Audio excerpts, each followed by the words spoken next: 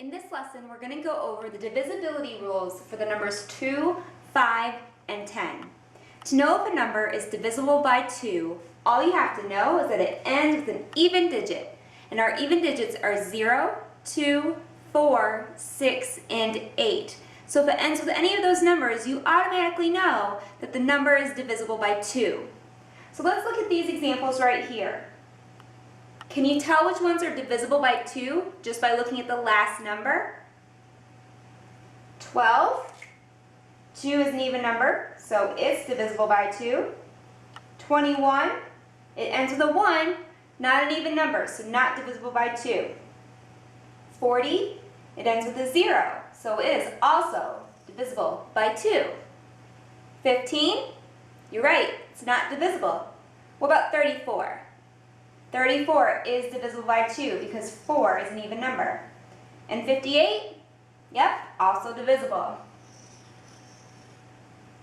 Alright, a number is divisible by 5 if it ends with a 0 or a 5. So looking at these numbers right here, can you tell which ones are divisible by 5 just by looking at the last number? 15, yep, 15 is divisible by 5. What about 33? Nope, it's not. 110, yep, ends with a 0, so 5 will go into it evenly. And 20, yep, also divisible by 5. 52, nope, doesn't end with a 0 or a 5. But what about 150? Yes, it's divisible by 5. And the last one, probably the easiest one, is 10. A number is divisible by 10 if it ends in a 0. So all you have to do is look at the very last digit, see if it's a 0, and you automatically know if it's divisible by 10 or not.